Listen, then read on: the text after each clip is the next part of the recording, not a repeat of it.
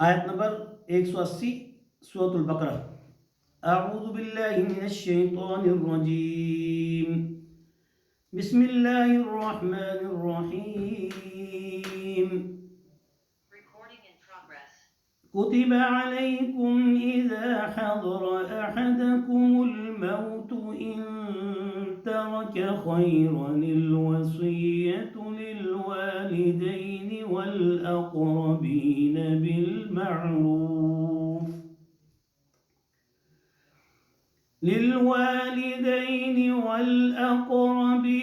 بالمعروف حقا على المتقين، فمن بدله بعدما سمعه فإنما إثمه على الذين يبدلونه، إن الله سميع عليم۔ فمن خاف من موص جنفا أو إثما فلا إثم عليه، إن الله غفور رحيم۔ صدق اللہ العظیم۔ شروع کرتا ہوں اللہ رب العزت کی بابرکت نام سے جو بڑا ہی مہربان اور نہایت ہی رحم کرنے والا ہے۔ ارشاد باری تعالی ہے جس کا معنی و مفہوم ہے کہ ہم نے کتب علیکم اذا حضر احدکم الموت فرض کر دی گئی ہے۔ کتبہ مجہول کا صیغہ ہے، ایک ایکٹیو وائس ہوتا ہے، ایک پیسو وائس ہوتا ہے۔ عربی میں یہ پیسو وائس ہے، پیسو وائس ہے، یعنی مجہول کا یہ صیغہ ہے۔ کتبہ کاتبہ فرض کیا، کتبہ فرض کیا گیا۔ کتب علیکم اذا حضر احدکم الموت فرض کر دیا گیا ہے تمہارے اوپر، اذا حضر احدکم الموت جب تمہارے اوپر کوئی موت واقع ہو، اذا حضر جب حاضر ہو، احدکم تمہارے درمیان، تم میں سے کسی پر، الموت موت کا وقت خاص، جس وقت غرغرہ لگتا ہے انسان کو، اور وہی وقت ہوتا ہے توبہ کے دروازے بند ہونے کا۔ توبہ کا دروازہ اس وقت بند ہو جاتا ہے جس وقت ما لم یغرغر، جب تک غرغرہ موت کا نہیں لگتا، اس سے پہلے تک اگر ہوش و حواس ہیں تو وہ توبہ کرنا چاہے تو توبہ کر سکتا ہے، کلمہ اس کا آخری پھر قبول کیا جا سکتا ہے اگر وہ کافر ہے۔ مسلمان کے حق میں چاہے وہ آخر میں کلمہ پڑھے یا نہ پڑھے، اس کے بارے میں بدگمانی کرنا حرام ہے۔ اس لیے تلقین ہے کلمے کی، نہ کہ تاکید ہے کلمے کی، کیونکہ موت کا وقت بہت مشکل وقت ہوتا ہے، بہت مشکل وقت ہوتا ہے۔ کسی پر اگر موت کا مراقبہ، اس کی قسم اگر حاضر ہے تو وہ اپنی اس موت کے وقت کو پھر جان سکتا ہے۔ اس لیے اللہ نے حاضر احدکم کہا کہ موت کا وقت بھی حاضر ہوتا ہے۔ بڑی زبردست بات ہے قرآن کی۔ ہمارے بزرگ جتنے بھی گزرے ہیں، علماء کرام، اتقیاء کرام، بلکہ بالخصوص میرے اپنے نانا محترم شیخ الحدیث مولانا سراج الدین رحمۃ اللہ علیہ، اور اس کے علاوہ میرے استاد محترم جو دارالعلوم دیوبند کے فاضل اور وہاں کے شیخ تھے حضرت امیر عباس رحمۃ اللہ علیہ، اور اسی طرح مولانا غلام حسن رحمۃ اللہ علیہ، یہ سارے شیوخین دیوبند تھے جو جن سے میں 5 علماء دیوبند سے میں نے شرف تلمذ حاصل کیے ہیں۔ تو ایک نہیں 2 3 کی موت کے وقت میں حاضر تھا، اور وہ موت کا وقت ان سے پہلے ان کو بتا چکا تھا۔ میرے استاد حضرت شیخ الحدیث مولانا امیر عباس صاحب نے باقاعدہ ہمارے دادا جی سے اجازت طلب کی کہ مجھے اجازت دے دو، بس میرا وقت اب قریب ہے، میں اب گھر جانا چاہتا ہوں۔ وہ لکی میں رہنے والے تھے۔ تو یہاں یہ بات ثابت ہو رہی ہے، میں لمبی تمہید میں بات آگے نہیں بڑھانا چاہتا۔ یہاں احدکم الموت کے اندر جو حاضرہ کا لفظ ہے، اللہ تعالیٰ اس بات کو واضح کر رہے ہیں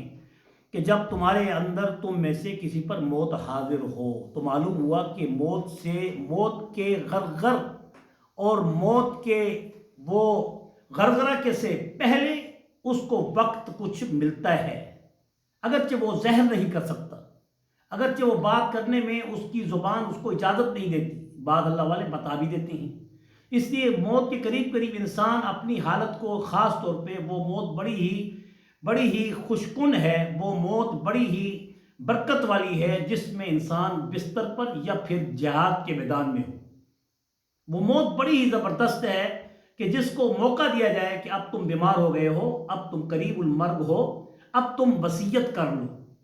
یہ بڑی ہی عظیم موت ہوتی ہے کہ جس میں انسان کو موقع مل جاتا ہے توبہ کرنے کا، وصیت کرنے کا۔ یہاں جو وصیت کا حکم دیا جا رہا ہے، یہ وصیت ان ترک خیر عن الوصیہ، اگر آپ چھوڑیں، تارکا مخاطب کا صیغہ ہے کہ جب آپ میں سے کوئی مال چھوڑے تو تم پر اس مال، خیر کو مال کہا گیا ہے، مال کو فتنہ بھی قرار دیا گیا ہے، مال کو خیر بھی قرار دیا گیا ہے۔ اِنَّهُ لِحُبِّ الْخَيْرِ لَشَدِيدٌ، اور اللہ تعالیٰ نے حب الخیر لشدید کو، مال کی محبت کو خیر بھی قرار دیے ہے لیکن شدید بھی قرار دیے ہے کہ مال کی محبت جان سے بھی زیادہ ہوتی ہے، اس لیے شدید کہا، سچ کہا اللہ نے۔ یہاں بھی اللہ تعالیٰ یہ فرما رہے ہیں کہ موت کا وقت بھی حاضر ہوتا ہے،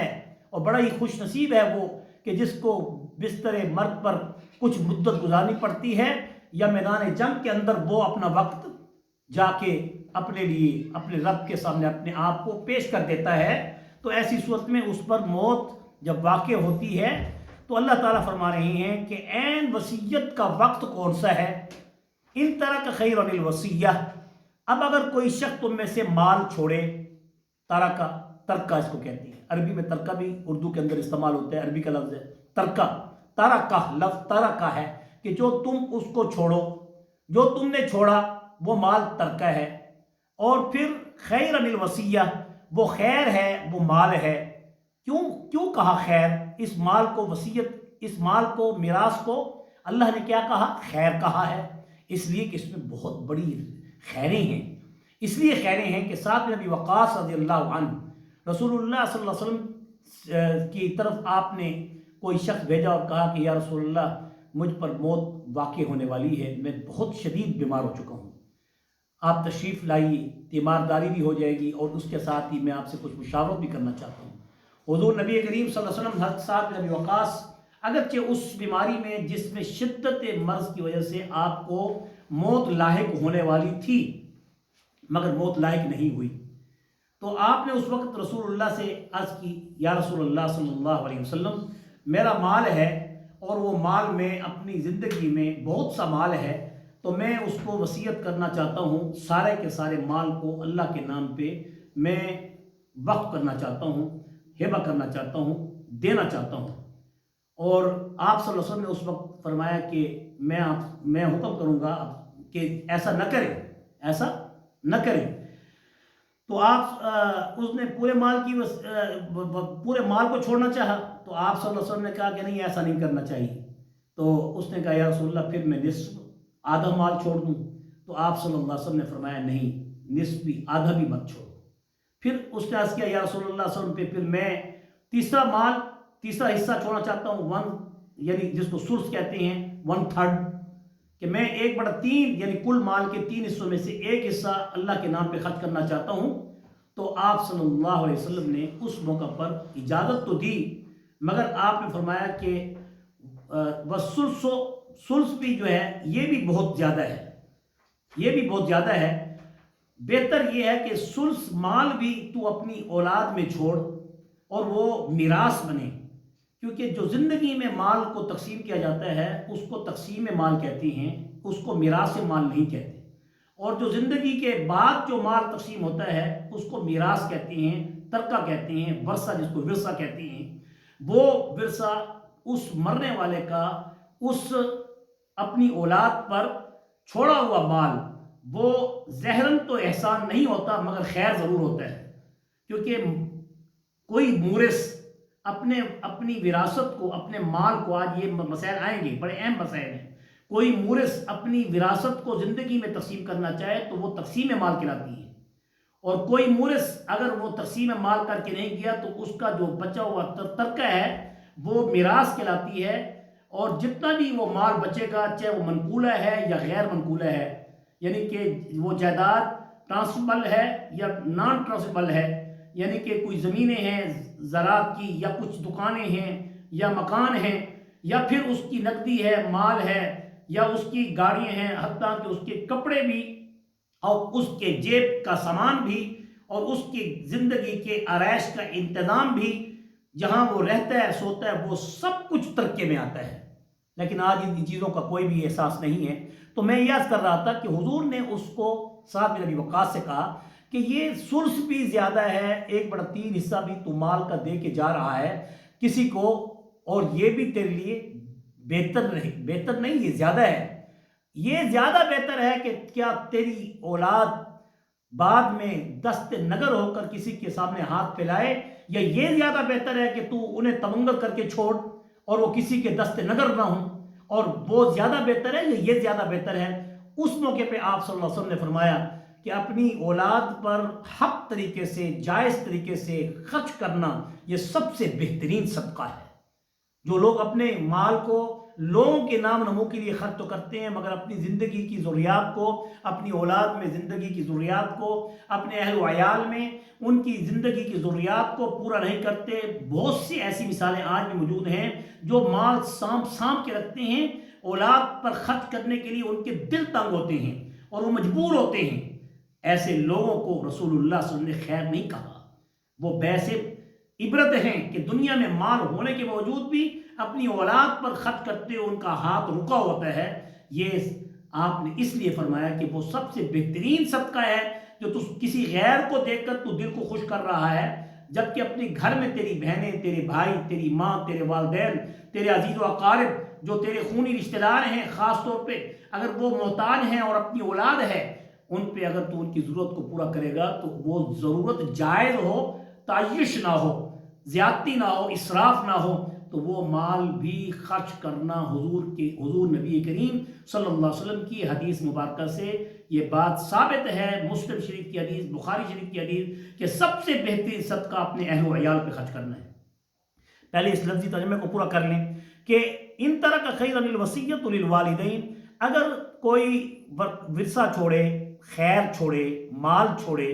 الوصیہ، تو اس کے لیے وصیت فرض کر دی گئی ہے۔ یہ حکم فرض کرنے کا کہا جا رہا ہے۔ اب یہاں پر یہ وصیت کا جو حکم ہے یہ وراثت کے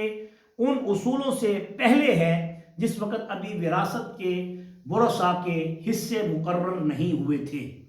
یوصیکم اللہ فی اولادکم للذکر مثل حظ الانثیین سے لے کر آخری رکوع تک بڑا لمبا رکوع ہے،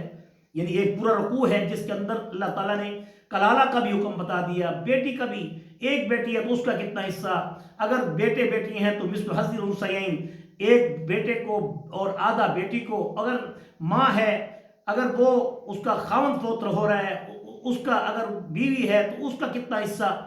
اس کی اولاد ہے تو کتنا حصہ، اس کی اولاد نہیں ہے تو اس کا کتنا حصہ، اگر بیوی فوت ہو گئی ہے تو اس کے میاں کا کتنا حصہ، اگر اولاد ہے تو کتنا حصہ، اگر اولاد نہیں ہے تو کتنا حصہ، اس کی ماں کا کتنا حصہ، اس مرنے والے کے باپ کا کتنا حصہ، یہاں تک کہ بھائیوں کے اندر بھی اگر کوئی اور نہیں تو پھر بھائیوں میں بہنیں ہیں ان کا کتنا حصہ، اگر بہن بھائی بھی نہیں ہیں تو پھر اس کے بعد وہ کلالہ ہے تو پھر اس کے لیے وہ لوگ کے دور کے جو رشتہ دار ہیں اس کے لیے بڑے اصول ہیں، اس لیے تو نصف علم قرار دیا گیا ہے۔ اور اس پر ایک میں نے مختصر سا ایک رسالہ جو کہ تخریج مسائل میراث پر میں نے لکھا ہے، جو لمبی لمبی بڑی بڑی کتابوں سے نہایت ہی مختصر، جو کہ تقریباً 34-30 صفحوں میں نے اکٹھا کی ہے۔ میں نے خود نہیں لکھا، میں نے بھی کتابوں کو دیکھ کر اس کو اکٹھا کیا، لیکن اتنا آسان کیا ہے کہ جس کسی کو بھی دیا ہے الحمدللہ اس نے اس کو پڑھ کر بڑی ہی آسانی سے اپنے گھروں کے معاملات کو اور اپنے حصص کو وہ جان کے انہوں نے اپنے حقوق پورے کرنے کے لیے وہ اس سے انہوں نے رہنمائی حاصل کی ہے۔ تو بہرحال اللہ تعالیٰ فرما رہے ہیں الوصیہ، یہاں وصیت جو ہے یہ وراثت کے اصولوں سے پہلے فرض کی گئی تھی۔ اب اس وقت اس وصیت کا کیا حکم ہے جو اس آیت کے اندر ہے؟ تو اس آیت کو علماء کرام منسوخ قرار دیتی ہیں۔ تلاوتاً منسوخ نہیں ہے، پڑھنے کے اعتبار سے منسوخ ہے۔ بعض آیات ایسی ہیں جو تلاوتاً بھی منسوخ ہو چکی ہیں مگر حکماً وہ نافذ ہیں۔ اسی طرح اللہ تعالیٰ نے یہ آیات جو ہیں، یہ آیت کریمہ تلاوتاً منسوخ نہیں ہے، حکماً منسوخ ہے، لیکن شاہ ولی اللہ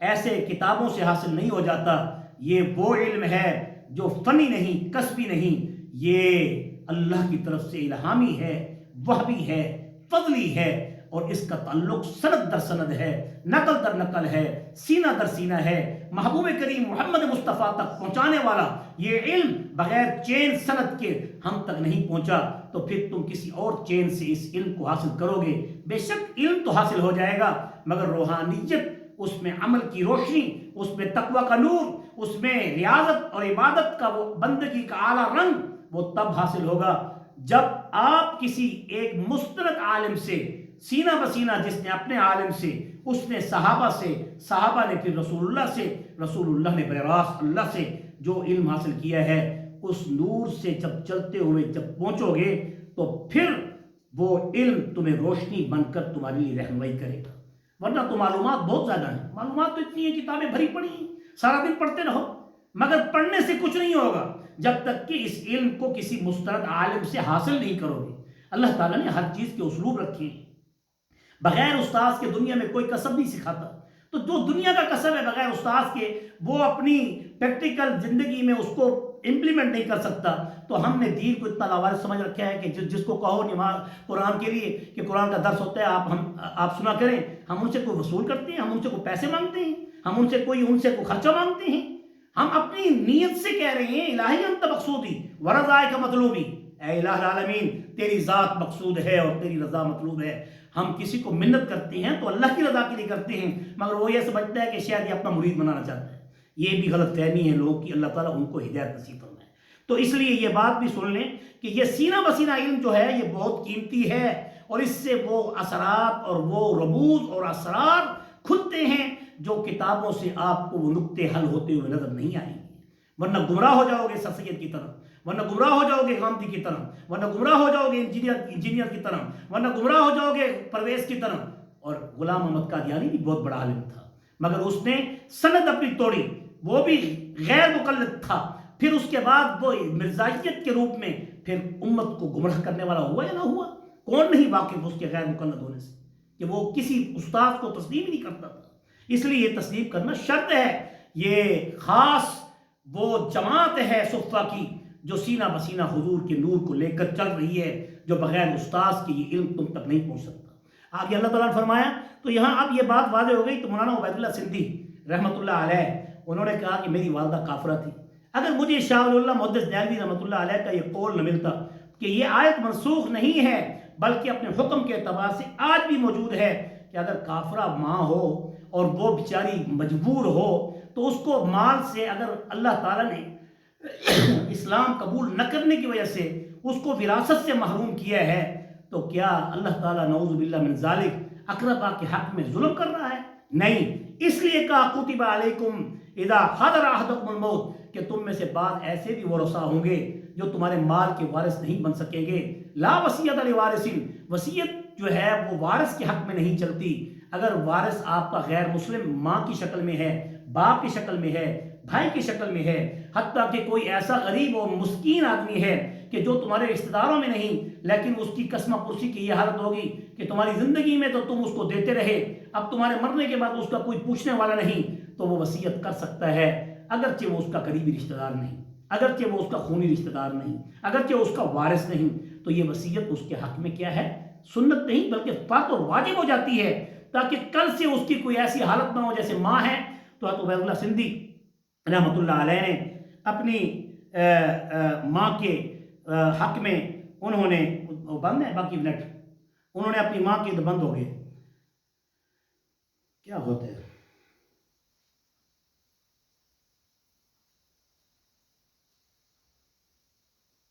آج کل نیٹ صحیح چل رہا ہے، ان کو کہیں کیوں بند ہو جاتا ہے، کہ مسئلہ کیا ہے اس کو.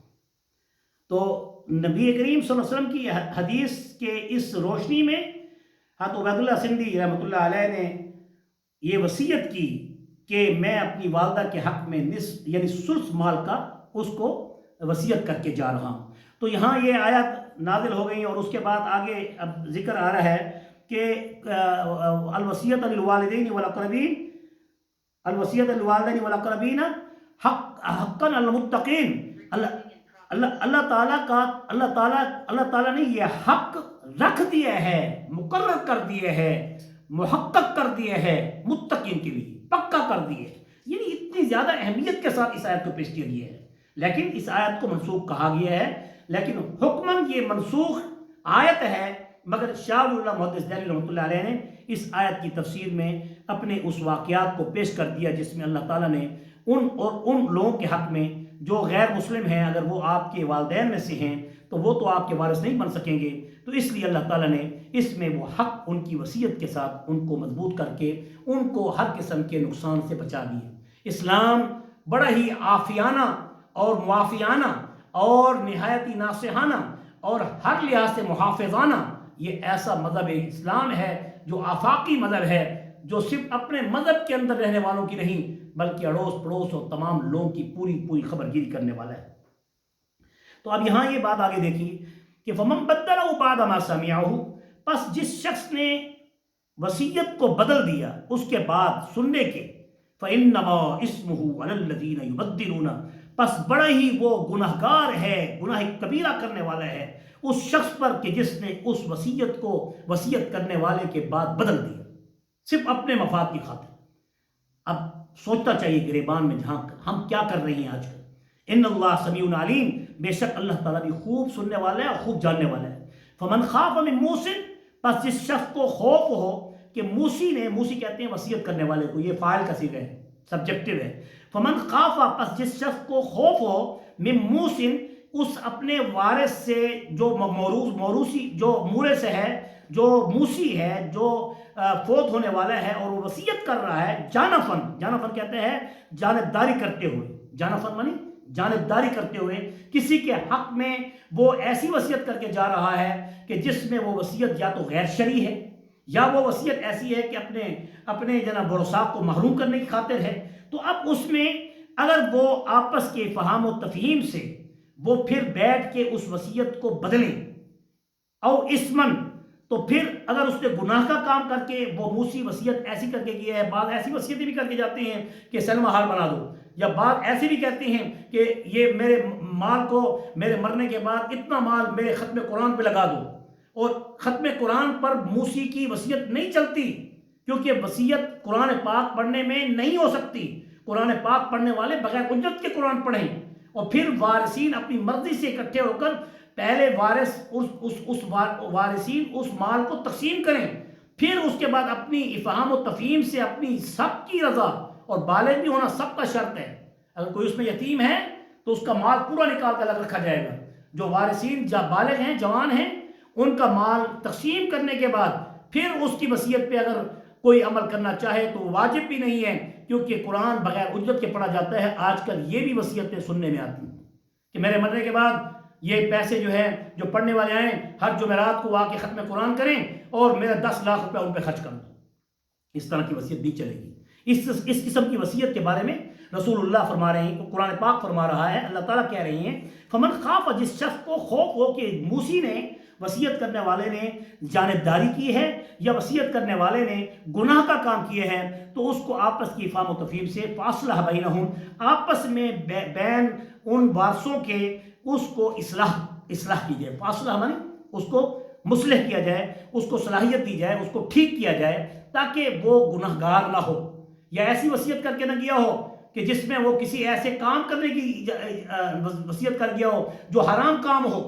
یا سودی کاروبار ہو یا کسی ایسی جگہ پر خرچ کرنے کے لیے کہا ہو کہ جہاں پر بے حیائی اور فحاشی ہو، یا پھر ایسا کام کرنے کے لیے. بہت سی مثالیں آج کے دور میں آ سکتی ہیں کہ بہت سے ایسے کلب بنا دیتے ہیں، کوئی ایسے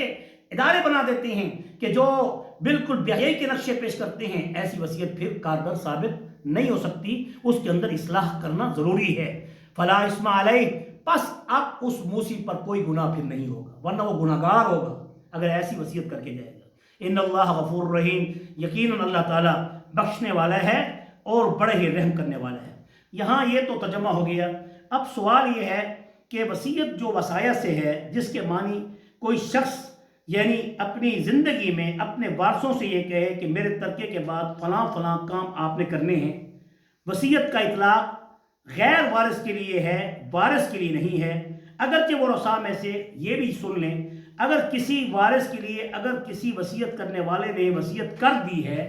تو اس کے لیے یہ وصیت کا پورا کرنا کیا واجب ہوگا؟ اس لیے یاد رکھیں وصیت کی قسمیں ہیں، وصیت کی کئی قسمیں ہیں، ان میں زکوٰۃ کی وصیت الگ چیز ہے، اور اس میں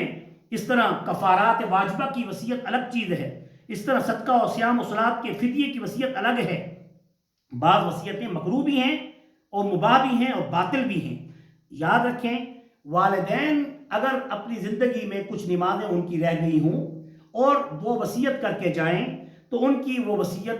1/3 میں 1/3 مال میں پوری کرنا ضروری ہے، کیونکہ نمازوں کا فدیہ ان کے ذمے تھا، انہوں نے وصیت کی، یا حج بدل انہوں نے کرنا تھا، انہوں نے وصیت کی۔ ایک شخص نے آ کے عرض کیا یا رسول اللہ صلی اللہ علیہ وسلم میرے والد نے وصیت نہیں کی کہ میرا حج فرض تھا میرے اوپر لیکن میں نے فرض حج نہیں کیا، اب وہ فوت ہو گیا تو کیا میں اس کی طرف سے حج بدل کر سکتا ہوں؟ تو آپ صلی اللہ علیہ وسلم نے فرمایا کہ دیکھیں اگر آپ کے والد پر کوئی قرض ہوتا تو کیا تو اولاد کی حیثیت سے اس کے قرض کو نہ اتارتا؟ ایک قرض دنیا کا ہے وہ اتارنا تیرے لیے واجب و فرض ہے، اور یہ قرض اللہ کا ہے تو احسان کر اپنے والدین پر تاکہ وہ اللہ کے ہاں بھی اس کی عدالت میں پکڑ میں نہ آئے۔ اگر وہ وصیت کر کے نہیں گئے تو اس کی طرف سے حج بدل بھی کر دو، اگر اس کی نمازیں رہ گئی تھیں تو اس کی نمازوں کا فدیہ بھی ادا کر دو۔ ایک نماز کا فدیہ 2 کلو گندم ہے، اس کی قیمت ہے ایک نماز کا فدیہ، ایک روزے کا فدیہ 2 کلو گندم کے برابر ہے۔ اب جتنا زیادہ دے سکتے ہو دو، یہ کم سے کم ہے۔ اسی طرح رسول اللہ صلی اللہ علیہ وسلم نے اپنے والدین کے حق میں خاص طور پر یہ وصیت کا حکم اتنا زبردست فرمایا کہ اگر کوئی والدین وصیت کر کے بھی نہ گئے ہوں اگر وہ وصیت کر کے بھی نہ گئے ہوں تو ان کی طرف سے وصیت نہ کرنے کے باوجود بھی ان کے مال میں سے آپ ان کا حق ادا کریں، اور اس وصیت کی 1/3 اس میں سب کو چاہیے کہ وہ اتفاق کریں۔ اب سوال یہ ہوگا کہ وصیت تو 1/3 میں ہے، اور یہ وصیت کس وقت کی جا سکتی ہے، اور اس وصیت کا حکم کب جائز ہوگا، اور وصیت کرنے والے کے لیے کون سی شرائط ہیں؟ مختصر ان لفظوں کو ذرا غور سے سنیں کہ ایک زبانی وصیت ہوتی ہے، ایک تحریری وصیت ہوتی ہے، ایک موت کے وقت کی وصیت ہے، ایک موت سے بہت پہلے کی وصیت ہے۔ موت سے بہت پہلے کی جو وصیت ہے اس کے اندر امینڈمنٹ ہو سکتی ہے، اس کے اندر تبدیلی ہو سکتی ہے، بلکہ اس کے اندر تبدیلی ہوگی جب تک ورثاء اس کے اندر اس وصیت کو تسلیم نہیں کریں گے اور افہام و تفہیم نہیں کریں گے، اس وقت تک موت سے پہلے بہت پہلے جو وصیت کی حالت میں وصیت کی جائے گی اس وصیت کا اطلاق اس پر نہیں ہوگا، کیونکہ اب وراثت کے قانون اللہ نے واضح کر دیے ہیں۔ لا وصیت لوارث، اگر وارث کے حق میں بھی کوئی وصیت کر دے گا تو وہ اس وقت تک امپلیمنٹ نہیں ہوگی جب تک کہ تمام ورثاء اس وصیت کو قبول کرنے کے لیے تیار نہ ہو جائیں۔ ایک بات یہ، دوسری بات موت سے بہت پہلے اگر اس نے وصیت کی تو وہ وصیت بھی امپلیمنٹ نہیں ہوگی۔ عین موت کے وقت جو وصیت کی جائے گی اس کو سننے والے سن کے پھر بدلیں گے تو گناہگار ہوں گے۔ فَمَن بَدَّلَهُ بَعْدَ مَا سَمِعَهُ، یہاں سامعہ کا لفظ ہے، لیکن بہترین وصیت کا طریقہ یہ ہے کہ حضور نبی کریم صلی اللہ علیہ وسلم نے فرمایا کہ جو شخص وصیت کرنا چاہے اسے چاہیے کہ وہ 2 گواہوں کو بھی ساتھ رکھے، 2 گواہ اس کی وصیت کو سنیں، اور پھر اس کو تحریر بھی کیا جائے، تحریر کے اندر 2 گواہوں کو لکھا بھی جائے، اور پھر اس کے بعد اہل خانہ اس پر عمل کریں۔ لیکن یہ اس وقت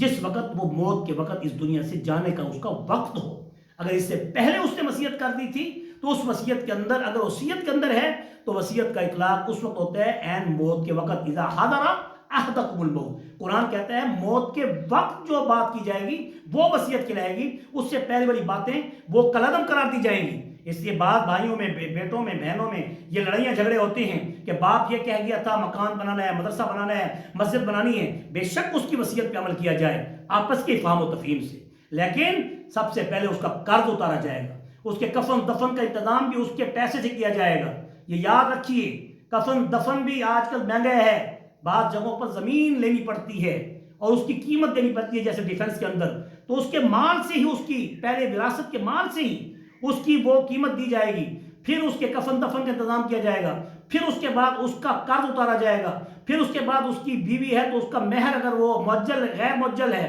تو وہ اتارا جائے گا، پھر وصیت ہے اور قرض ہے تو وہ اتارا جائے گا، کیونکہ مہر بھی قرض ہے، اور پھر جو وصیت ہے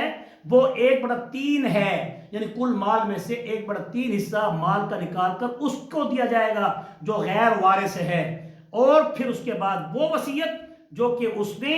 اگر ایسی کی ہے کہ جو کہ عین وقت موت کے ہے تو پھر اس کو بھی پورا کیا جائے گا، پھر جا کے جو مال بچے گا اس کے اندر پھر ورثہ برابر کے شریک ہوں گے۔ مزید اس کی ابھی کچھ تفصیل باقی ہے کیونکہ یہاں وقت پورا ہو چکا ہے، انشاءاللہ اگلے درس میں اس وصیت کے باب کو ہم پورا کریں گے۔